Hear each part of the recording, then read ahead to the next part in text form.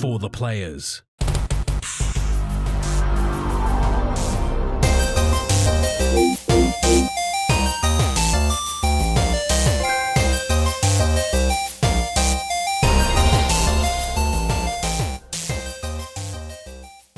I'm Ryan Betson. I'm Max Cooper. And this is For the Players, the PopCulturists PlayStation Podcast. Over 40 years of playing PlayStation and 12 plus years in their games and big. I want to thank you for joining us in this PlayStation conversation. This PlayStation conversation happens every Monday morning at 8 a.m. on podcast services, including Apple Podcasts, Spotify, and 9 a.m. on those YouTubes. If you'd like to take part in future conversations with us, you can come and check out our socials, Facebook, Discord, Instagram, and X. All of those links can be found in the description below. If you want to join the conversation as it happens, head over to twitch.tv/thepopculturists. We can watch and record the show live, where you can jump in the chat and become part of the show. If you want to support the show, you can. Tell your friends, tell your family about this PlayStation pod. Excuse me. If you are listening to us on podcast services, be sure to give us a 5-star rating and a written review. And watch us on YouTube, be sure to like, subscribe, leave a comment below. I endeavor to answer every single comment. And if you want to support us financially, you can at patreon.com/thepopculturists, as well as our merchandise store, popculturists.com/shop, where you can buy shirts and other assorted shit with our logos on it. Apparently you've got a fact for me, Max? Yeah. So last week, yeah, we discussed that Netflix is bullshit with its fucking part 1, part 2, part 3 nonsense. Oh, yeah. Oh, that was when we were bitching about... That's how the conversation started, and then we wound up with, first Harry Potter movie, Harry Potter cast 0 spells. Yes, which is bizarre, but accurate. Did you notice the foreshadowing of why Hermione's garbage in potions by the end of was it the Half-Blood Prince? And Harry becomes the top student and Hermione's just absolutely hot garbage? No. And how you knew that Snape was the Half-Blood Prince the entire time? No. So in the first 5 books, every potions class, Snape would be like, and the instructions on the board, and he'd write his own instructions. But in the year where Slughorn takes over, they all use their books. And the book is wrong every year. But Harry has Snape's book, which has dictation in it, with the correct way to do it. And that's why he's like a fucking pro at potions by the end of it, because he's following Snape's instructions, which have always been correct throughout the entire series. And the one time that Hermione doesn't follow them, because she's reading from her actual book instead of his notes on the board, she fucking sucks, because all she can do is actually follow instructions. Wow. That is actually a really good pull. Like, that is amazing. Because, yeah, like, I understand the concept that the reason Harry was good at... Not once did they ever use their books in the first 5 years. He would always put the instructions on the board. Actually, that's very true. And they would follow the instructions on the board. Wow. And as soon as she had to follow the wrong instructions, she's like, I don't get why this isn't working. I'm following the instructions. This is bullshit. Damn. I still wonder why the potion book is being released every year, or still being a required purchase, if it's objectively wrong. Yeah, well, what are you gonna do? Like, Someone's gonna make. Like, what's with the gatekeeping of the potions? Hey, Lotharu, there's a stranger I haven't seen in a while. How are you, my friend? Good to see you around. Currently, we're kicking off the show by discussing unnecessary Harry Potter facts, because Max blew my brain last week, and this week starts off just as interestingly strong. So, I don't have any facts for myself. Have you got your national pride on now that the Olympics has officially started? Absolutely not. I care about the Olympics because I have to for work, because we've tied in a giveaway compared to the medal tally, which they've put a dollar value to it. So if Australia gets a gold, it's like $1,000 of Manshake credit. If it's a silver, it's $500. If it's bronze, it's $250. And when they pitched that, I was like, you are aware how many medals we win on average, right? Like, if we look at previous, I looked at 2020, and was it Beijing? No, yeah. And I'm like, we fucking cleaned up. So, like, yeah. I hope you're ready to spend. And then, like, opening weekend, where 4 golds, 2 silvers. I'm like, all right, are you ready? Yeah, the swimming hasn't even really kicked into gear yet. And Yeah, that's yeah. We're like, going to decimate. Oh, speaking of swimming, though, I did chuckle this week because someone made a tweet about, like, oh, you know, why is it's bullshit, the Australians are so good at swimming. And essentially the response was because, you know, we're girt by sea. Like, that's why we are good at swimming. And I was like, holy shit, someone put girt into a conversation and it made sense. And it was like, it could be a relatively organic use of the term girt, which for context means to be surrounded by. But yeah, it's one of the one word in our stupid national anthem, which is also not a very good national anthem. You know, it's just one word that throws everybody off. But the only thing I've given a shit about in the entire Olympics so far, Max, is the opening ceremony. Not even all of it, just one part of it. Like it's okay. So I think I know what you're referencing, right? And for context, I had no idea what you were talking about. I thought you were just making a really bad joke. About what? I'm like, about Godzilla being at the Olympics. Oh no, yeah. I'm like, no. That's Japan. Like when they do Tokyo again or whatever, that's when we see Gojira. But no, it's actually the band Gojira, which is so cool. So I'm not like, it's one of those things where I saw a clip on Twitter. I was like, what the fuck is this? I'm like, is someone just messed with it? And like, no, it's absolutely true. So, you know, everyone's probably seen it. Like, you know, there's a zoom-in shot of an actress dressed as Marie Antoinette, like, holding her own head. That imagery alone, fucks. It's awesome. It's all been pulled down. You can't watch the opening ceremony. Oh, well, it's on YouTube. It's on Stan. You can watch it. I tried to find it today. It's been ripped down. Oh, go to Stan. It's in Stan. Go to Stan. Because I watched it literally yesterday again, very loudly. Very loudly. Yeah, and then they do like a hard zoom out, like a real quick, and then it cuts to like fucking pyro and like this real like good chugging. And I was like, what the fuck is this? And there's just a dude hanging off the side of this building, just like thrashing, and it was beautiful. And like I said, I'm not like a huge Gojira fan. Like I've seen them, and I've heard them, but I've never like consumed them actively. So like for me, this is beautiful and exciting, based around essentially some vindication for heavy metal music or heavier music, to be like, no, like we care so much about it that we're putting, and like clearly it creates such a tone. You know, it's not like a throw to the band itself, because no one knew who Gojira was, and they weren't like, it's Gojira. They just had a dope metal band play. So I think it's more of a vindication, more of an amplification, or like a way to showcase that genre of music and its impact, especially with that operatic vocals, very similar to that of like Nightwish, etc. Like that's where it has a clear benefit. You know, because then I was having a discussion with someone today at work. They're also a big metalhead, and they're like, "Oh, wouldn't it be amazing to have someone like this play, you know, the AFL Grand Final or you know the NRL, you know, whatever?" I'm like, "Nah, man, that's absolutely not happening." And here's why: because you'll notice that they only ever use legacy acts for these things. Like, you know, we're getting Katy Perry for the Australian AFL Grand Final this year. Like, yeah, she's got a new album, but you know, her most strongest like career high was like what, 2006, so like shy of 20 years ago. So because there's no breakthrough artists within the last couple of years aside from Taylor Swift, but even then she's too expensive, and she's also from that time, right? So the only bands that you would ever get of a heavier music that would play an event like this, whether it be Super Bowl, whatever, would be the likes of like Metallica, I guess. Because like, name one universally known, because the catch is, because Lothario mentions the Who, as in HU, like the, I think they're Mongolian, like that real like throaty metal band. Like they're great, but they don't have the mass appeal.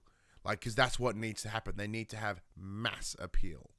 So, you know, it's not, that wouldn't happen. Metallica's pretty much the same one, or like an Iron Maiden or someone like that. But I think Metallica's probably the most universally loved, like, or a known heavy metal band.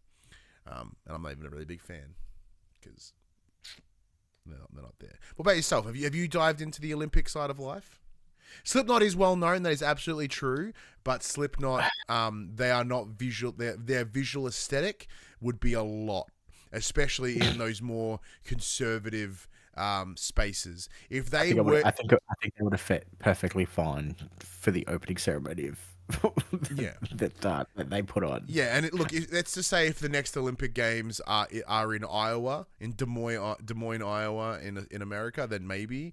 But like, if they were just very similar to Gojira, if there were just 3 dudes that didn't look like your nightmare in a jumpsuit, then I think they would be, successful, right? Everyone knows who Slipknot is. So it's just too much. They are in America. Ooh. Yeah.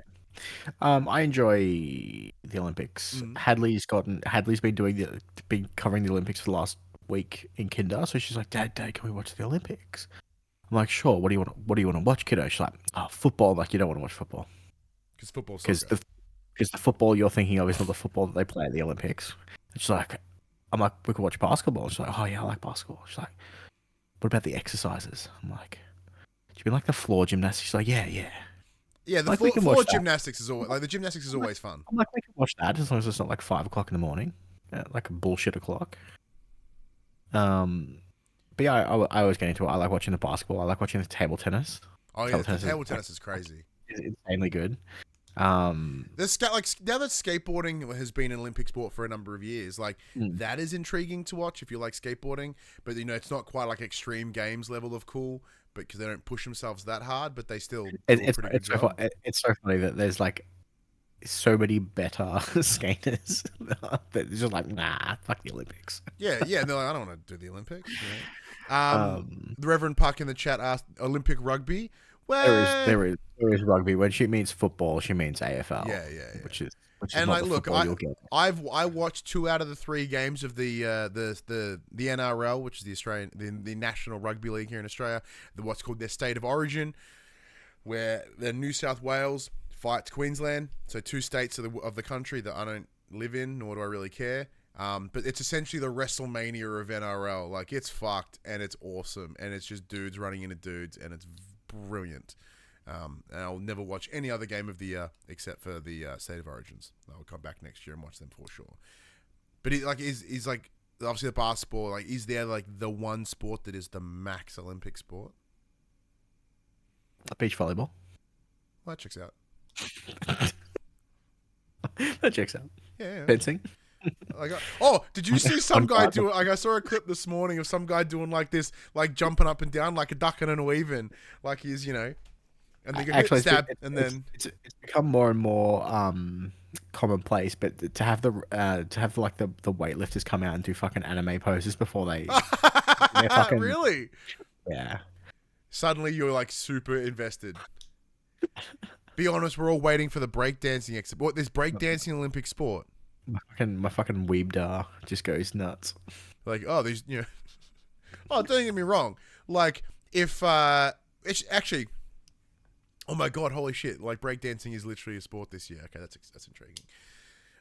See, I did hear someone pitch the idea of like wrestling at the Olympic Games, but no, not that like 2 dudes tussling, like getting up each other's front areas. We're talking not real wrestling, fake wrestling. Yeah, fake wrestling, because very similar to like synchronized swimming or anything like that. If you're given 5 minutes to craft an incredible wrestling match, you could, like, in the same performative athletic fashion, it would be amazing. And like, it would be Australia, and you pick 2 Australian people and they fight each other. It's not like nations fighting each other. It's performative in the same way that, the other ones are.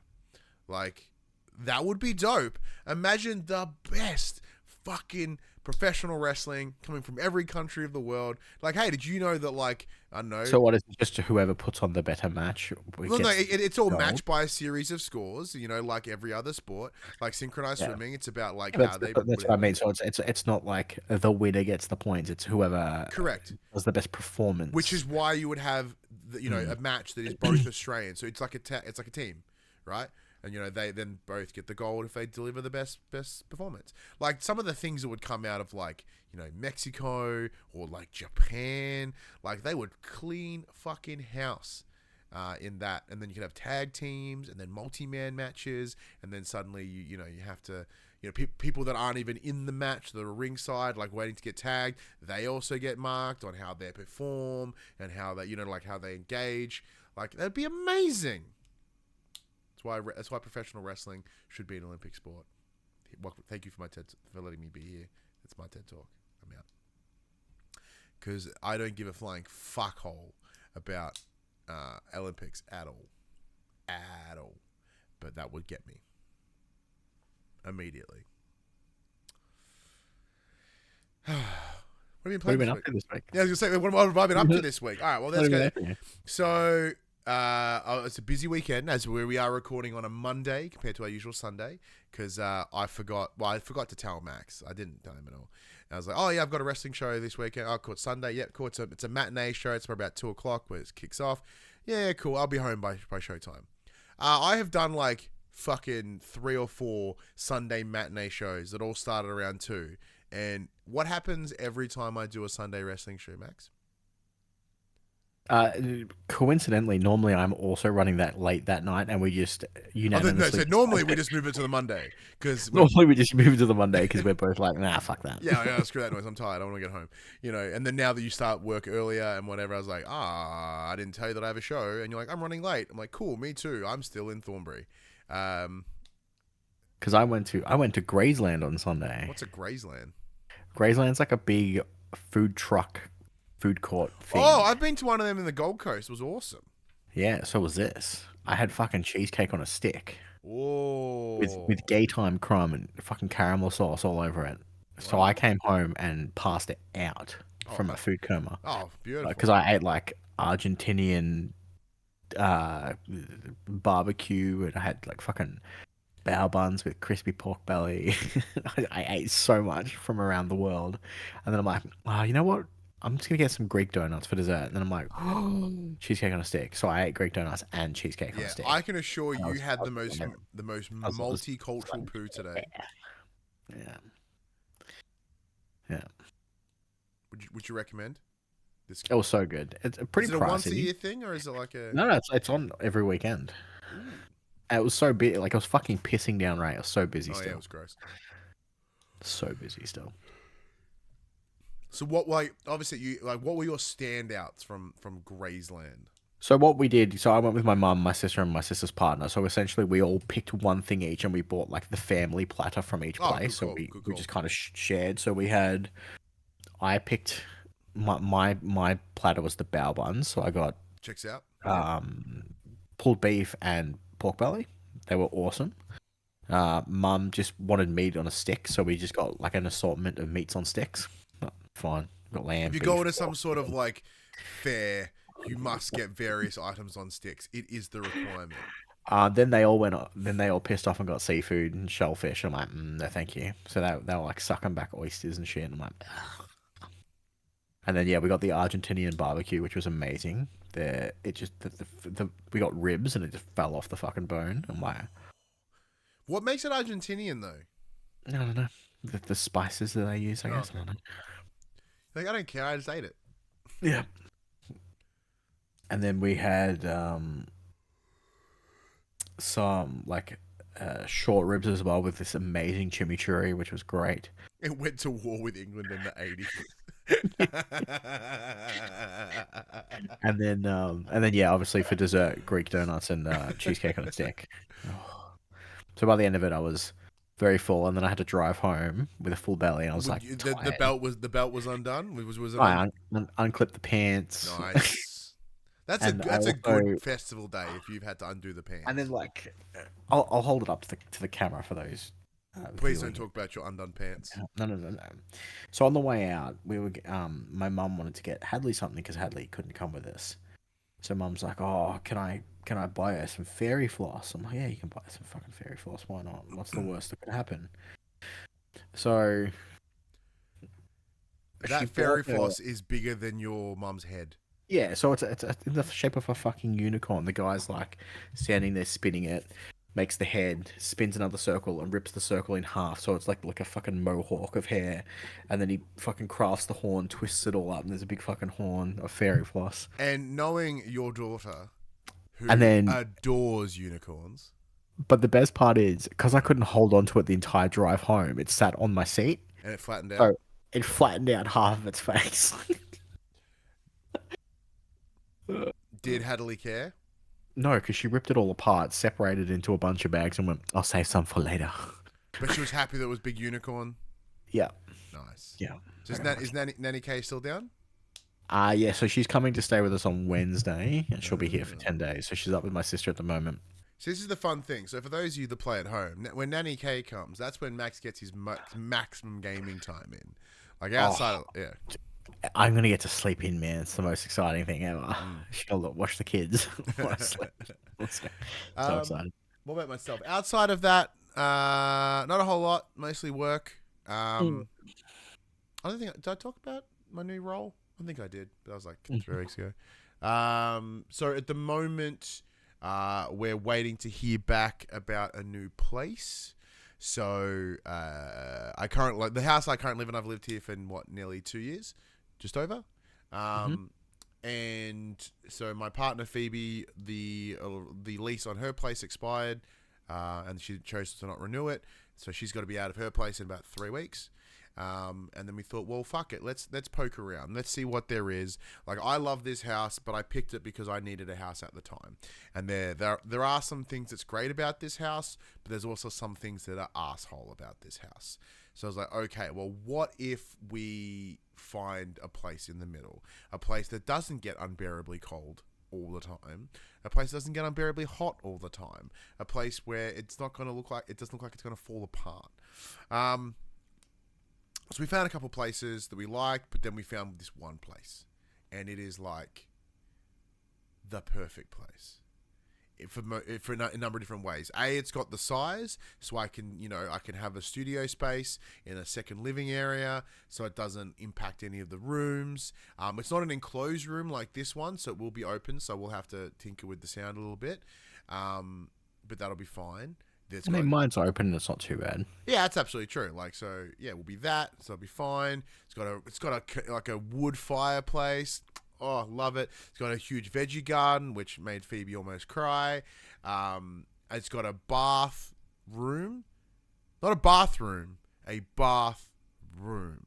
So in the very old school way of going about it, like the toilet, the shower, and the bath all have their own separate rooms, which is really bizarre.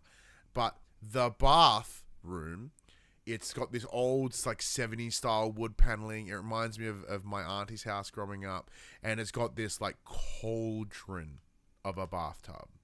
Like, I could sit in it and actually be submersed, which never happens because I'm just a tall, fat dude, right? But like this, I could comfortably soak in this bathtub. And I can't wait. It's got a lovely little courtyard, very similar to my house currently. But this is more of a U shape, so it's got more of a quad rather than, my little compound. Because it's on like a hilly area. It's got like, a sort of a set of stairs in, which instantly became my son's favorite thing in the world. The fact that it's got stairs. In his head, it's 2-story, therefore it's the best house in the world. So we went to the inspection on the weekend. So I went and looked at it during the week, and then we went back on Saturday with Phoebe and my son. And then that was when all the schmoozing happened, and I think that worked in our favor, hopefully, and we will be moving into that ASAP. And then I knew what the fuck I'm going to do with this house, because my lease doesn't end until January, so it might cost me a bit of money, but the other house is too cool to say no. But yeah, the fun part is I can at least like cancel the gas, electricity, and all that sort of stuff. And if I just have to pay the rent here, like I was already sharing the rent with my housemate, so we'll just pay the same. We'll just pay what we were paying already, and the money that we would spend on the electricity, internet, or whatever here, we'll just go over there. It's yeah, because we do everything through, like, all our bills are paid by that regular Dropware. Really unexciting stuff for those you playing at home. But in short, that does mean that it's very likely that in a couple of weeks, then we may have a disruption in our release schedule by like 1 or 2. We may miss a week or two, depending on how quickly I can get this all packed down and packed up. The idea would be that I'd need it ASAP because this is where I work. as well as record this show. It's probably one of the first things to go up. But the backdrop may not be as it was. It may just be a functional space rather than aesthetically pleasing as this one. In the background, it'll just be a fucking roaring fire. Oh, very sexy. Yeah, very sexy. But yeah, that's probably the one thing that I'm really excited for. I think that's going to be awesome fun. Well, I hope it all works out for you. Me too. It'd be cool. And it's nice to sort of be, have Phoebe move in as well. And, it's very scary for me. Because the last time I lived with a partner was my ex-wife. I wasn't very good at it then. You know what I mean? So there's I'm sorry, what was I? No. But you know what I mean? Like, I'm in with a partner, right? Okay, how it is. I thought we had something special. Yeah, okay? we did have something special, but you weren't my partner. We were just smashing. It's different. Obviously I lived with you for a while. That was lovely. But I mean, like, in terms of living with a partner and like you and I live together, but we live separately. We just live together. We're like, you get what I'm saying. Awkward. No, it's hot. It's what it is. It's hot. So that I'm quite scared about that because I didn't really do a good job of it the first time, so much so that I have an ex-wife.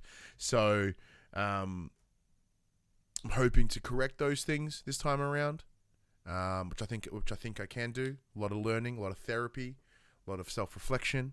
For those of you playing at home, go to therapy if you need it. Just saying, it's pretty fucking good. Changes your life, makes things better. Just do that. But I don't know. It turns out she's pretty cool, so that'll work in my favor. And she's understanding of my bullshit, which also helps. But is this the therapist or Phoebe? Both. Cool. Phoebe is not my therapist, but no, I hope not. That'd be really illegal, I think. But it should be cool. She just groomed you for like the last year. Yeah, not even mad about it. All right, what have you been playing, Max? Oh, okay. What a fucking smorgasbord that I've been playing. I'll kick things off with the Marvel Rivals beta. Oh yeah, that's right. I was lucky enough to score access to the closed beta for Marvel Rivals. So I've been playing it over on PC. So essentially, it is a reskinned Overwatch with the beloved Marvel characters. It's great. I really like it. Obviously, it's got that bias of having characters that I know and love, whereas Concord currently doesn't. But it's great. Really, really digging it. I've only played one fucking map though, and it is fairly bland and bare bones. Is that because there is only one map in the beta? I mean, look, I thought there was only one map in the Concord beta, and I was just wrong. So clearly, I may just be unlucky and keep getting the same one. It's fine. They've got so each character has a set of skills, active skills, passive skills, and what they call I think they're called team up skills. So you can request someone pick your team up partner, and then you have an active skill to use between the two characters. So I think, for instance, the only one that comes to mind at the moment is Loki and Hela. So if Loki dies and Hela scores a kill, Hela can just instantly respawn the Loki that's on her team. They don't have to wait for the cooldown timer to like respawn in. It's just like bam, you're back, which is really cool. There's a wide selection of characters at the moment. I haven't played everyone. I'm kind of maining Doctor Strange at the moment. Doctor Strange is a very weird character where he's essentially a support character, I feel. So his basic attack is he just shoots bolts of energy at people. Fine. One of his active abilities is uses the cloak of levitation, levitates and can fly around for a little bit. The other is he can fucking sling ring open a portal, sets a portal at one point, sets a portal at another point. You can shoot through that portal, it'll come out the other side. Oh, that's pretty cool. Teammates can jump through, enemies can jump through.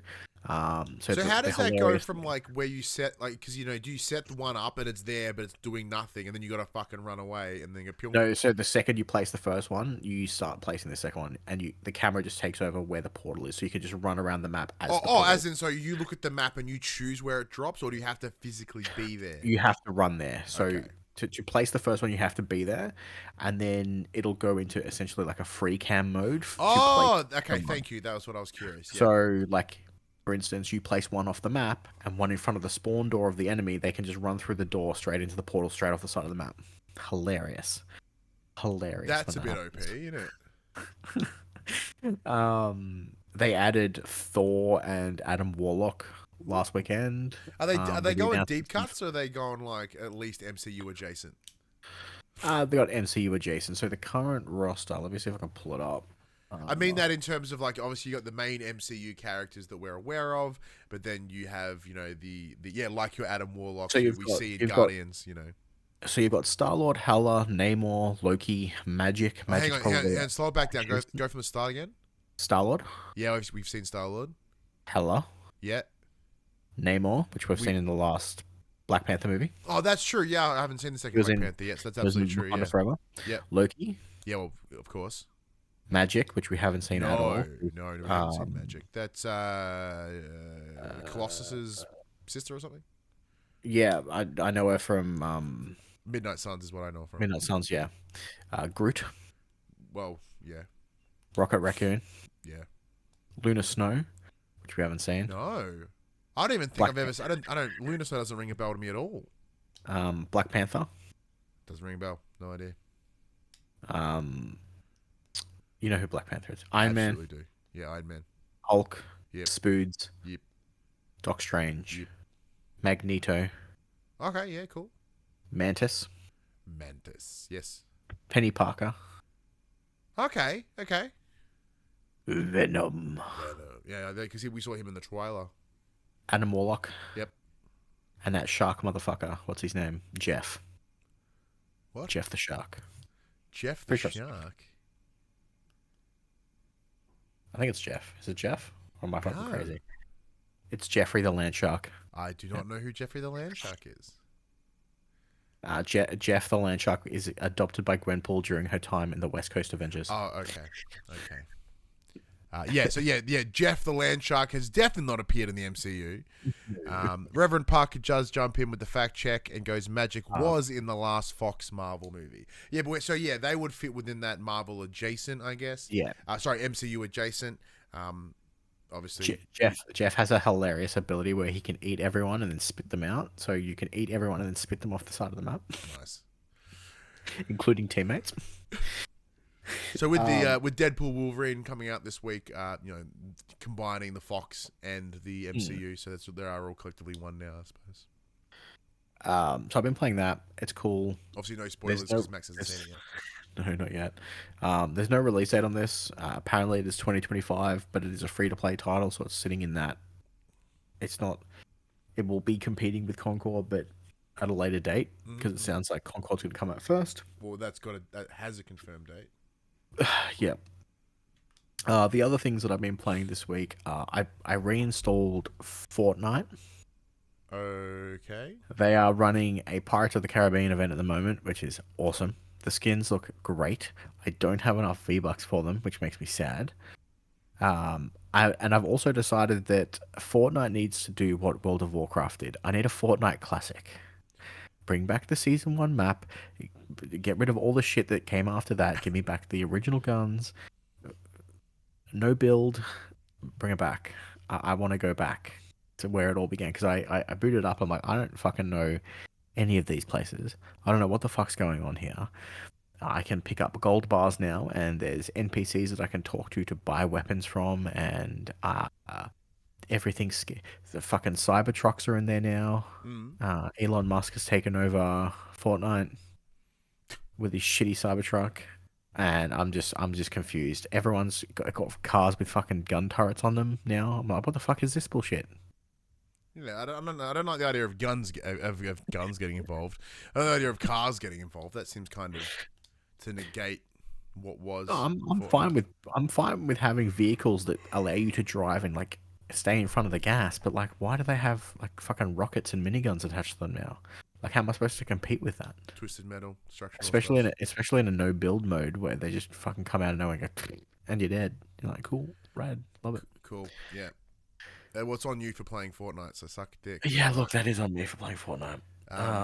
Is that Kratos skin available again?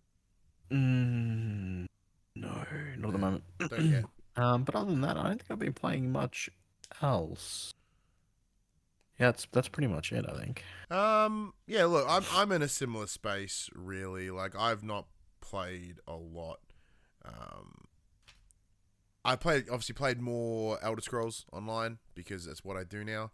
I'm level 38, so I've given it a good fair flogging. Oh wait, I'm actually past that. No, 38, 39. I haven't gone over 40 yet. I don't think. No, I don't think. So just I just sort of go to a location, have a look, and then I just kind of smash that map until I'm done. So at the moment I'm hanging out in the Clockwork City, which is sort of like the dwarven inspired stuff. So just clearing my way through there. So they've got 8 main mission threads, and I'm 4 out of the 8 so far. So I'm just going around getting all my little teleporty doohickeys, getting all my missions, clearing the area. That's the plan. Now I'm done. Now I'm happy.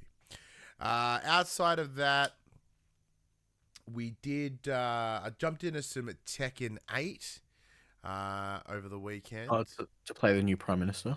Well, we did download her, and she kind of sucks. I'm not a big fan of her personally, but it was just more of myself, and some mates, and we're like, let's just buss each other.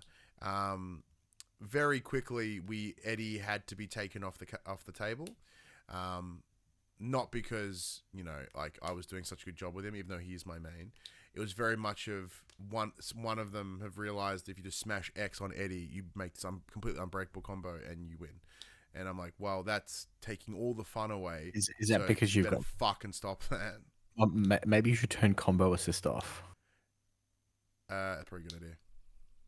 Because then that wouldn't happen. Yeah. So instead, we just made the rule to like no Eddie, including me. Even though that's the character that I know best. Outside of I don't just press X. But then instead we found so that was all well and good. We were like, oh cool, so we're having a good bit of fun. We're all seem to be equally matched until Craig discovers their character that they can just destroy with, and that was Kuma. And we're like, and then we couldn't dismantle Craig. Once he worked out Kuma was the one, because the idea was, if you lose, you pass the controller. But if because we're playing 2-player, and it just stood on Craig for ages. And we're like, well, fuck this bear, King of the Hill. Yeah. So screw that noise. But it was fun.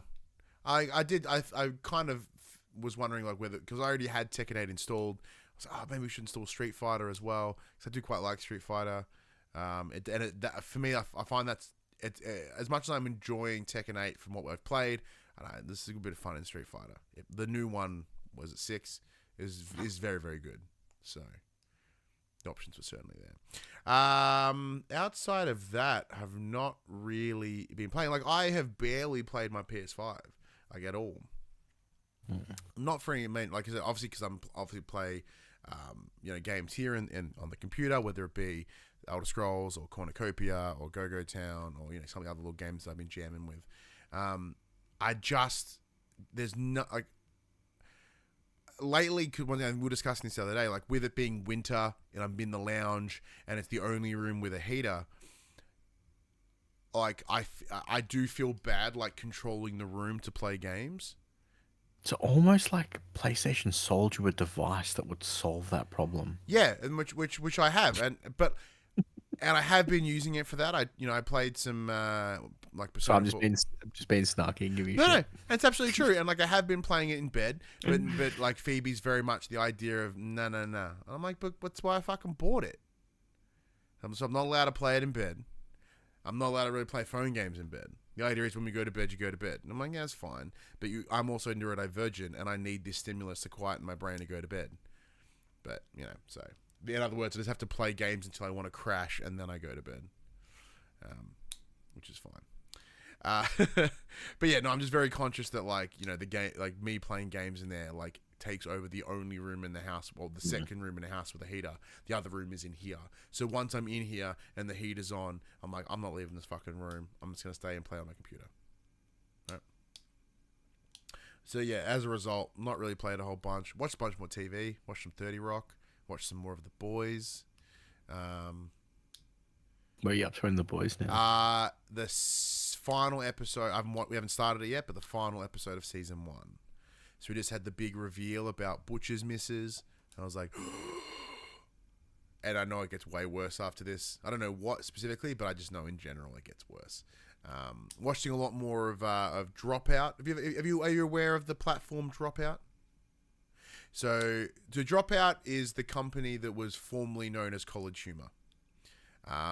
Yeah. So Sam Reich is the sort of the CEO, and he's created like a bunch of really good game shows.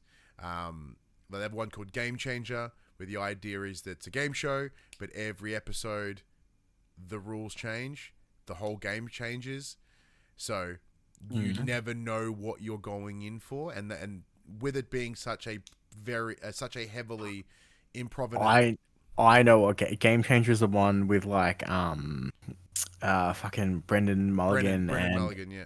Yeah, I watch their TikTok shorts all the time. Oh, I'm dude, a huge fan of that show. The show itself is incredible, and they have another show called Make Some Noise, which is essentially a straight up improv show where they're like, here's a cue, go. And then there's fun one called Actually, where the whole entire idea of the show is just to like get really fucking nitty gritty and nerdy. I just watched the episode where Brennan, the rule was Brennan cannot win, and he gives this epic monologue at the end of it. Is that one where there's the one where he gets they have a little like placard they have to show, and he like puts like a whole essay on it, because Brennan is the most competitive person. Like, I think the end of the show is they're doing a name that bird. Yeah. And it's like penguin, chicken, and then it's like fucking some bullshit bird that no one's ever heard of before in their life. And he's like, well, this is bullshit. And then the next one is like rooster, flamingo, and then another bullshit bird. He's like, what the fuck? So the one the most recent one we watched, which was very, very funny, was a bingo game. But the idea is that, there's 3 people on stage playing bingo, but there are people playing bingo of them playing bingo. So the people playing... Oh, yeah. I've seen that one too. Yeah. So the second group are all like, they pick up all their little idiosyncrasies, their little mannerisms, and put them into a card. So then they have to manipulate them. So the idea is, once again, Brennan can't win, because it's not about them winning. It's about the other group winning, right? So that was really fun to watch him break. Because like, he very quickly, wigs out on what the... in general, every time he's on, he works out very quickly what the catch is, and then... And it's watching his brain unravel is very, very fun. But I thoroughly recommend Dropout. It's fun entertainment. Like it is raunchy, it's silly, but it's not mean spirited. And I think that's one of the key differences about it. Like, they rag on each other, but it's not mean. And I think in the world of comedy and whatever that we see now, where they're very quick to be mean, I find this is quite nice in that it's still gut busting funny, but no one's like being absolutely shat on. Yeah, because they host Dimension 20 stuff. That's right, absolutely. Yeah. It's good stuff. Which I haven't dived into too much, even though I do think Brennan is an incredible improvisational artist. So I think his ability to be a games master would be redonkulous. Alright, so let's get in the section we call Inform the Players. We tell you about what happened this week in PlayStation, and it's only been 40 minutes in. We'll kick things off with some firmware update nonsense. There was a lot of firmware update nonsense this week. Oh, yeah. PlayStation Portal got some firmware updates. PS5 got some firmware updates, and there is some news on the beta firmware update for PS5 also. All right, let's fill her in. So for the PlayStation Portal, Sony has released new software update for its popular remote play device. Exclusively used to connect to and use your PS5 over Wi-Fi has now been updated to version 3.0.1. They have improved the system software performance and stability. Shocker. Is this another update? Because we had an update like, 3 weeks ago? I think this was last week. Oh, okay. And the PlayStation Portal can now connect to a wider range of public networks, including certain 5 gigahertz networks. And then the little patch note underneath that is, to connect to public networks, please make sure that the initial setup for your PlayStation Portal is completed. Yeah, okay. So it's just opened it up even further to 5 gigahertz public networks. Okay, yeah. Apparently there was some restrictions still. Okay, yeah. So like one of the big updates, as we mentioned a couple of weeks ago, was that now it has a somewhat of an in-app browser. You can log into Yeah, so public you can, networks, so you can. because the 5G one was interesting because like I use a 5G network in my house and it's not been an issue. But once again, if it's a 5G on, I think the original rule was public but 2.4, so maybe they've now pumped it to 5 per public, which is good. For the PlayStation 5, you can now invite other players to your game sessions by sharing a URL to the session. To invite other players, open the game session action card and select Share Link. Then scan the QR code with your mobile device to share the link. This feature is available only for open sessions that anyone can join. This feature will gradually be rolled out to all players by July 24th. So I think this is good for like streamers who are like, hey, come join my game. Here is the link. And then you can click on the link and it'll boot up and you join and all the magic happens. Yeah, I was going to say like... There's not really a use case scenario for like the general player, in my opinion. Yeah, even for like you or I, like I don't see it being a benefit. Like you would just send the invite itself. You wouldn't share the link to use the fucking phone to scan the code, share the link to... It's just sending an invite with extra steps. And also I don't play games with people, so... And then for the beta firmware, Sony will kick off the new firmware beta for PlayStation 5 this week at some time. Apparently came out Thursday. The beta boasts 3 main features: audio customization, additional remote play settings, and a, quote, adaptive charging method for your controllers. To start with, those who make use of the PlayStation 5's 3D audio functionality via headphones or earbuds will be able to personalize the tech to their tastes. Awesome. Basically, you'll be able to create your own audio profiles, which means that you can adjust individual elements. All you have to do is head to your console's sound settings, tweak things to your liking via a new startup process. So this is a good improvement in that. Like, have you dicked about with the Tempest audio stuff? No, because I have a headset that runs through a mix amp, and I do everything through the mix amp, not the console itself. Because like it's relative, or at least when you previously was relatively simple in that it was just like you could pick where the center point is in your surround. Kind of where the speakers sit, and like that's really about it. But if you can, for like someone like myself who has kind of a dud ear, like it made it hard. So if I could tweak it in such a way that keeps everything central, but I can kind of bump up my right ear a bit to counteract my deafness, that would be sweet. Shout out to being born premature and a fucked up ear hole. So be able to like tweak it to my own personal thing would be very, very fun. Next, a pretty simple quality of life improvement lets you choose who can connect to your PlayStation 5 through remote play. Handy if you've got friends and family who take turns accessing your system. So for someone like yourself, I guess, who shares your password with your family. Yeah, I guess so. But then, who the fuck else is accessing your console? And finally, there's an adaptive controller charging. The catch is that you need a new slim PlayStation 5 model in order to try this out. But it sounds like it could be somewhat useful when charging a controller in rest mode. You'll be able to select a new adaptive option in the power saving settings, and essentially charges your pad based on its current battery level, which can save power usage. Oh, okay. If your dual sensor's at 80%, it's not going to fucking charge it at 100% the whole time. It'll be like, I don't need to put that much juice into it to get it charging. Yeah. We'll just lower the output. And, I get that. It's like the adaptive batteries for your phone overnight, right? Like it'll go and then it'll fade out towards the end of the night. That, and apparently it saves battery health, which is good. Yeah. Because the battery health of a DualSense is poo. But for me, I look at this and if it's designed to assist in battery life, sweet.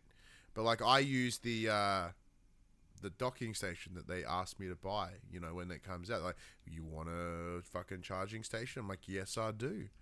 And that's, well, fuck that. It's better charged out of the console now. I'm like, what? It's dumb. And I don't think they're going to push a firmware update to my fucking controller charger. Well, that's a presumption. I don't know. But look, Max, you mentioned that... these new features are only available in the Slim. But it makes me wonder, like, will these things be available to those that have the PS5 Pro?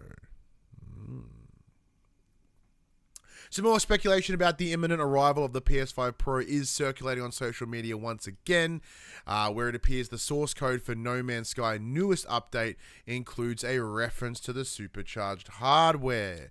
Eagle-eyed data miners spot a reference to a graphics profile named, quote, Trinity, end quote, which is the rumored code name for the new console. Sony has frequently used names from the Matrix to internally label its unannounced products. Morpheus was the name of the PS4 Pro? No. Yes. Or Vita or something. I know, yeah, they've used Neo before, they've used Morpheus before, etc. Thankfully, they haven't used Agent Smith or the what was the big titty chick with the ghost, not Evangelion, that's the stupid fucking anime. What was her name?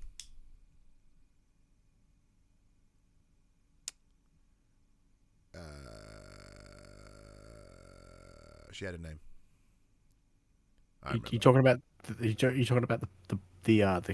ship captain who was like on the council? Huh? Is that who you're talking about? I don't know. Like, there's a chick, and they go to like a place, and she's all there, being a woman with big front area. Talking about the Oracle? I don't know what you're talking about. Persephone.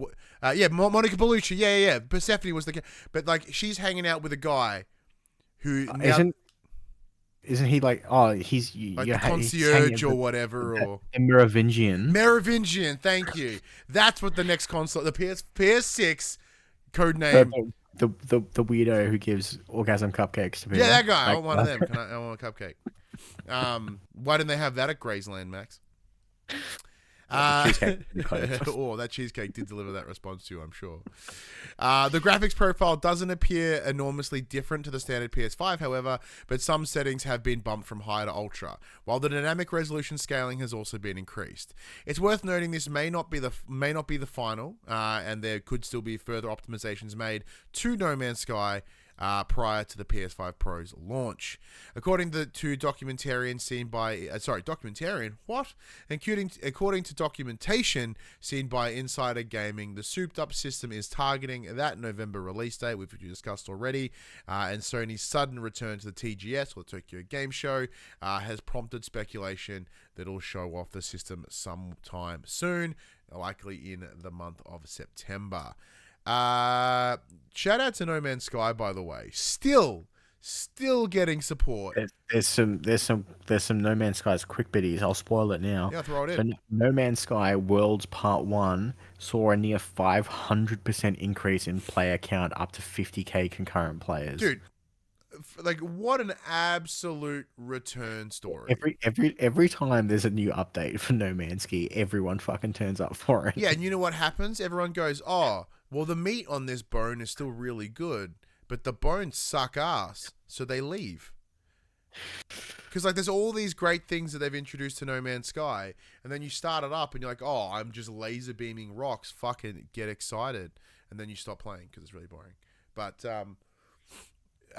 interesting to see have them be the sort of the big leaker for the Pro. I don't know. It's interesting, like, because we're still in such speculative territory, Max. It's hard to discuss the Pro in any further space. We have no new hardware specs. We've discussed how both you and I are like meh on it, mostly because I just bought the Slim. And I've never bought a Pro console in my life. Never bought a Pro model, you know. So like, neither of us are in I'm a loyal. rush. I'm loyal to the basic. The OG. If it ain't broke. Yeah, but it like does. Me. Yeah, it's good to see that, you know, little by little, we're getting more information. There's not much more we can elaborate on apart from sharing that bit of news, which, you know, spoilers, you probably could have looked at yourself, but don't think about it that way, because then you'll never listen to the show anymore. So stop thinking about it and just only hear it from us. Thank you. PSVR 2. Our dedicated PSVR 2 app has been published to PC platform Steam ahead of the expanded compatibility for the VR headset going live on the 7th of August. The application will be available the day before, and it guides you through the setup of the device for use on PC, as well as acting as the place to update the headset and its sense controllers when patches become available. You can view the page on Steam. Go check it out. The app must remain installed at all times to maintain compatibility. With the previously announced PSVR 2 PC adapter required to connect to the headset to the PC, the adapter is costing about €49.99 or $60 US. You'll be able to adjust settings like your play area and screen brightness through the Steam VR dashboard, but remember, PSVR 2 features like headset feedback, adaptive triggers, and eye tracking will not work on PC. So all the things that you know and love about your PSVR 2 can't do it on PC, which is a big thing. It makes sense why there has to be an app. But however, I was sort of thinking that a lot of this stuff would have been reconciled with the breakout box. So imagine the amount of people that will be like, "What? I have to fucking download an app to be able to play my bitch and whinge complain." Yeah, what's really weird is it requires you to have a display port to use. Yeah. So it's not just using like a pass-through cable like a Quest where you just plug in a USB-C and you're fucking Gucci. So yeah, it'd be interesting to see what that box is when it gets here. Yeah, look, by doing so, it does sort of help ensure that you're getting the directest ass graphic fidelity right to the thing. Yeah. You know, they're not circumventing, like, because even within the computer, yes, it all happens instantaneously, but in order to go from the graphics card to the board to blah, blah, blah, blah, blah, like, there's room for degradation, there's room for, you know, any sort of delay in processing. But going straight to the source, not a bad thing. Let me take down. That was PSVR 2, and this one is fucking AI, says Max. Members of the USA Actors Union, SAG-AFTRA, have confirmed that they'll be going on strike from the 26th of July. So they've been on strike for 3 days at the time of recording, over concerns related to the use of AI in the games industry. Video game performers, such as voice actors, have been in talks with some of the biggest game publishers, including Activision, EA, Take-Two, and more, over a new type of interactive media agreement to protect their work and rights, but have failed to reach a positive conclusion. As a result, members will go on strike from that day. The union's official website states, quote, SAG-AFTRA is striking this contract so that members working in interactive media, parentheses video games, can continue earning a living doing the job that they love. Our members' work and likenesses are being exploited by artificial intelligence, and video game companies have refused to plainly affirm in clear and enforceable language that they will protect all performers covered by this contract in their AI language. Additionally, your favorite performances are brought to life through the artistry of human actors who improvise, tap into personal experience, and collaborate with writers and directors to create a performance that only they could provide. No two actors are the same, and every performance is unique. Generative AI tools threaten to replace these artists with derivative, machine-recycled performance, lacking perspective or surprise. AI-generated performances will not carry the originality, pathos, or humor of an actual human actor, end quote. You can show support for the strike with the SAG-AFTRA is calling for social media hashtags. Hashtag level up the contract, hashtag video game contract, hashtag SAG-AFTRA strong are their preferred hashtags. Publishers that were part of the failed negotiations include Activision, Disney, EA, Insomniac Games, Take-Two, and Warner Brothers. Quote, we're not going to consent to a contract that allows companies to abuse AI to the detriment of our members. Enough is enough. When these companies get serious about offering an agreement our members can live and work with, we will be here ready to negotiate, said SAG-AFTRA President Fran Drescher. Who's probably never played a video game in her life. But I still love that she's like the representative of SAG-AFTRA. It's fucking cool. Next year's Grand Theft Auto 6 will not be impacted by the decision to call a SAG-AFTRA union strike, apparently, with over concerns surrounding AI replacing video game performers like voice actors in the title. Confirming to Kotaku, a spokesperson for the publishers included in negotiations said GTA 6 is, quote, exempt from the strike. Then, on the official SAG-AFTRA page, it stated union members can, quote, work on the game and will not be disciplined for doing so, end quote. Max, is there any information to elaborate why GTA 6 is exempt? Not that I could see. Not that I could find. Which I found weird because Take-Two is one of the companies that they call out for not being willing to negotiate. So it's interesting that GTA 6 is like, be good, you go work on it. Yeah, like I wonder what that is. Like maybe it's something that, because once again, Take-Two being a larger company, maybe it's supplementary. Maybe Rockstar have their own agreement. There you go. Games in development before September 2023, like GTA 6, are exempt from the strike.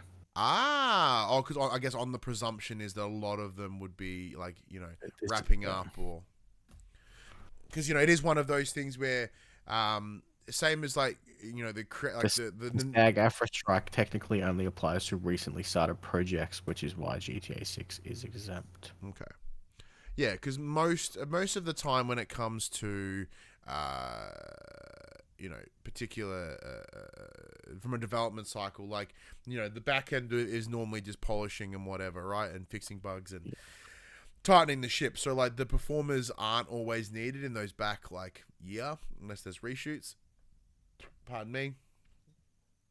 But predominantly, like, they're pretty done by that point. Like, that's why you do see a lot of, like, narrative leads and storyboard artists, etc., tend to scoot around towards that, like, those last year and a bit, 18 months, because they're really not needed anymore, which is a big old doohickey. Very cool. Any thoughts around the strike outside of that? Like, because, like, for me, looking at this, Max, like, the issue is with generative AI. Like, AI has been around for yonkers. It's heavily involved in all of the games we play, but it is the generative Look, AI. it's unsurprising considering that they did the strike early last year for movies. Felt like it wasn't that long ago, but I think it was. Yeah, so it makes sense that they're doing it over here as well. They're obviously they've drawn that line in the sand already, and they have that precedence to fight for everyone under their banner. So it makes sense that they would bring it across here. What you're seeing is the video game performances were not categorized in that previous one. Yeah. Correct. Yeah. Did they specify why back then? Just because it was just different fight. Different fight. Yeah. I guess. But yeah. Quick biddies. Yeah. That Concorde DualSense looks sick. It does. So to coincide with the launch of Concorde, they have shown this new controller. To me, it looks like a darker version of the Starfield of the Starfield controller, which I also thought was a really sick controller. So to then be like, oh well, I can kind of get it alternatively. Sweet. I'm gonna rush out and buy the controller. No, because like It's more expensive than the Spooderman Yeah. controller. It's crazy. and you didn't even pay for that Spooderman controller. We were very kindly gifted one from PlayStation. Yeah, shout out to PlayStation. Thank you very much. I bought mine and gave it to my son, and he adores it. So he doesn't give a shit about Concorde. Star Wars Outlaws will allow for blaster aim with the DualSense gyro. Ew, I hate that. I hate gyro. Gyro sucks. Sucks so hard. To put some Concorde numbers into perspective, we spoke about their concurrent players for the beta last week. Yeah. So at its peak on Steam, it had 2.4k players concurrent. Less than at its 2,500 players. Currently, the peak for Marvel Rivals, which is in closed beta, is 52,000. Okay, so there's a couple of things at play here. One, Marvel Rivals is entirely a beta played solely on PC. Therefore, the entire player base is located in one location, where the Concorde beta was separated by two platforms, and as a result, that has divided. As of yet, no player numbers have been released for console, and you can't actively seek them out. They have to be given, where Steam can be monitored a number of ways. So, am I saying that it's it is currently the remaining 52,000 people, to match the numbers we're playing on console? They weren't. It is currently the Marvel Rivals is currently playable on console in closed beta. Oh, is it? Yep. Well, then my apologies. Because I think you said it was. I On don't PC. know when it's. I have been playing on PC, but as of, according to this article that I'm reading now, it is currently available on console as well. On Okay, PS5 well, in and that Xbox case, Series. I correct myself. But this is just referencing Steam numbers for both games. Yeah. And lastly, if it's true, which I hope it is, San Diego Comic-Con has Legacy of Kain, Soul Reaver 1 and 2 remaster labels on some merch. Get the fuck out. What? And also Reverend Park jumps in and goes, not to defend Concorde. You could also get into the Marvel Rivals beta via Twitch drops. And that's fine, but like yes, but that's a closed beta, so I guess it feels more fancy. But once again, both the quote unquote closed beta for Concord and then the open beta was available to anyone that had PS Plus. So they threw it as wide as they possibly could. Once again, the only difference being that if there were PC beta keys dropped through Twitch, then there's a higher chance of them being with a higher play number. But once again, it was still readily available. Oh, hang on. See, Concord on PC, at least the closed beta, you had to pre-order the game. The PS Plus didn't matter. But their open beta also didn't do well. So, once again, I'm saying Concord, they're like, I don't think it's as bad as people are saying in terms of a numbers perspective, but does that mean it's good? We don't know what the console numbers are. Yeah. I said, is it does it demonstrate that it's doing well? No, because I can assure you it's not going to do well. Which bums me out. Because I think the people that are going to be most impacted by that are the team at Firewalk, because the understanding is that they were selected. They were already making Concord with funding from another individual, another company, whatever. PlayStation then chose to support it and then buy the studio because they thought of what this was going to be. And if this doesn't deliver, they're probably done. And on their first game, which sucks. And they'll be absorbed into that support space or whatever. So, Reverend Puck also adds Dark Horse Comics had the QR code for Legacy of Kain remasters, which is weird. Is there a Legacy of Kain comic series with Dark Horse? Maybe not. And Blair's here. Sup, Blair? Hey, Dawn. Because I stopped by the old Pop Culture. It was the last week. Had a look at the little comic section, Dark Horse. And there's a good God of War one in there. There's the Horizon one. The Legacy of Kain.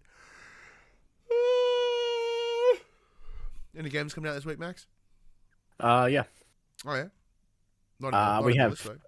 Correct, because the list wasn't out when I wrote that news doc, and I didn't update it for you. Appreciate that. So we have Thank Goodness You're Here coming out August 1st, PS5, PS4. But is it based on the Australian TV show that everyone loved? No, probably not. Oh. Next up we have Toomba Special Edition coming also August 1st, PS5, PS4. Oh, that's the old PS1 game, isn't it? Yeah. Maybe. I think it's that's Star Wars Bounty Hunter coming out August 1st, PS5, PS4. Wait, that's already out. Because that's the one with fucking Django or Boba Fett on the front. I agree, man. I agree. I'm just reading it off the list from Press Start. Yeah, well, I'm going to fucking question you, Max. You are the keeper of the upcoming games, and this is what you're giving me false information. I am reading this straight from Press Start because I didn't collate this list. So for anyone who wants to take it up, Kieran Verbuche wrote this article. Oh, well, and you didn't tell me that KV wrote this. If I'm sorry. I didn't mean to bring into the integrity of KV. I was more in questioning the integrity of you. Oh, my integrity is non-existent. Like I said, I'm straight up reading this list from Press Start. I never question KV. I love KV. And KV was nice enough. They've been nothing but kind to us. KV was nice enough to put together a list that I've completely stolen. Close of the Distance comes out August 2nd. What the hell? What was that? Closer the Distance. Oh, okay.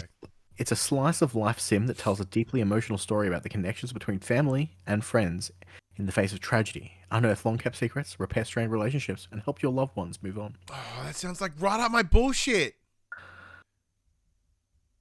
I want to play it. And that's it. That's all that's coming to PlayStation. I want to play that game. That game sounds cool. World of Goo 2 is coming out if you're playing on Switch. No, I am not. But that's like I do like the slice of life games. So that's the ones I get the most kick out of. Comes out on my birthday, man. Oh, when is your birthday? The 2nd of August, on Friday. Oh, old as fuck. Well, happy birthday preemptively, Max. I'm sure I'll talk to you on the day, but like here in the show, are you doing anything for your birthday? No, I don't really celebrate my birthday. Why not? Although this will be the first time in fucking ages that my mum will be here for my birthday. That's exciting. Oh, you could totally milk this. Because you're like Nanny K. She's a little she's a little bit loose with her purse, so you can have some fun. Well, she missed out. I tried to call her this afternoon because my son has like slowly started to like say mum, dad, all that fun stuff. But he's sitting there going nan nan nan nan nan. And I tried to call mum and she didn't answer, so she missed out on the nan nan. So no, poor that's what happens. That's what happens when you don't fucking answer your phone. What was she doing instead? I have no idea. She still hasn't called me back. Is she alive? Yeah, she. I woke her up this afternoon when I called her because she's staying with my sister in Melbourne at the moment. Because their original plan. She flew in on Saturday. Their original plan was that they were going to go see Wicked. But Mum's flight got delayed from 10 a.m. till 3 p.m. and she completely missed the show. Reverend Puck in the chat jumps in and goes, "You live with the guy. I don't remember his birthday." Look, I was married 10 years. We dated longer than that. It took me 8 of those 10 years to remember my ex-wife's birthday. I am bad at birthdays. I'm so bad Me at too. birthdays. Like Facebook and their birthday function has saved my life. Like I can tell you, my partner Phoebe, her birthday's October something. I want to say 19. It's in the teens. She walks in the room. She's like, "It's February. Okay, it's already been." Well, no, I know it's October because it was near when we first met. We met in September of whatever year it was. Is she Halloweeny? No, she's not Halloween. She's earlier in the month. I think she's around the middle of October. I'm gonna say like the 19th or something. If she's watching the other room, she might just tell me, but she's probably not. So I can just sit here like a dingus. Nah, she's being absolutely unhelpful. Cool. Mate, it's probably because she's fell asleep and gets to it. Like, see, what's fascinating with Phoebe and how she watches this show? She likes the first part because it's where we just bullshit, and there's very likely that she'll get referenced. So she's a big fan of that part. And then when we get into the game, she's like, I don't care anymore. The 17th. Oh, I said 19th. I was close. I was close, but also wrong because I used to get with my ex-wife. I got it off by 3 days. It was always 3 days early, and I was 2 days late on Phoebe's, but this time. But I'll forget later. It'll be fine. Anyway, let's get it home, Max. All right, everybody. This PlayStation conversation happens every Monday morning at 8 a.m. on podcast services, including Apple Podcasts and Spotify, and 9 a.m. on those YouTubes. If you'd like to take part in future conversations with us, you can. Come check out our socials: Facebook, Discord, Instagram, and X. All of those links can be found in the description below. If you want to join the conversation as it happens, head over to twitch.tv/PopCulturists. We watch us record the show live. We jump in the chat and become part of the show. If you want to support the show, you can. Tell your friends, tell your family about this PlayStation Pod. If you are watching us on podcast services, yeah, well, if you listen to us on podcast service, be sure to give to likes, whatever, listen, whatever. If you're watching us on YouTube, be sure to like, subscribe, comment below. I endeavor to answer every single comment. If you want to support us financially, you can at patreon.com/PopCulturists, as well as our merchandise store, popculture.com/shop, where you can buy shirts, other assorted shit with our logos on it. But until next week, I'm Ryan Betson. I'm Max Cooper. And that was For the Players. To make matters worse, like, I rarely remember my actual age. Because my birthday's in November, right? I always end up rounding up. It's like, oh yeah, 35 or whatever. I'm pretty sure I keep saying 35, but I'm pretty sure I'm 34 right now. Well, what year were you born? 89. No, you're 30. Yeah, you're 34 now. You'll be turning 35. Yeah, okay, cool. Because someone asked me the other day, I'm like, I turn 36. No, I don't. I'm 33 this year, and I'll turn 34 next week. Man, I didn't realize I was so much older than you. Old as fuck. Ugh. Damn. Not that much older than you're literally a year older than me. What are you on about? But I'm in my mid-30s now. Mid-30s are gross. You've been in your mid-30s for almost a whole year. What do you want I have. Oh, this is horrible. You're almost on the upper echelon of mids. You're mid to late almost. I'm upper middle 30s. Bye.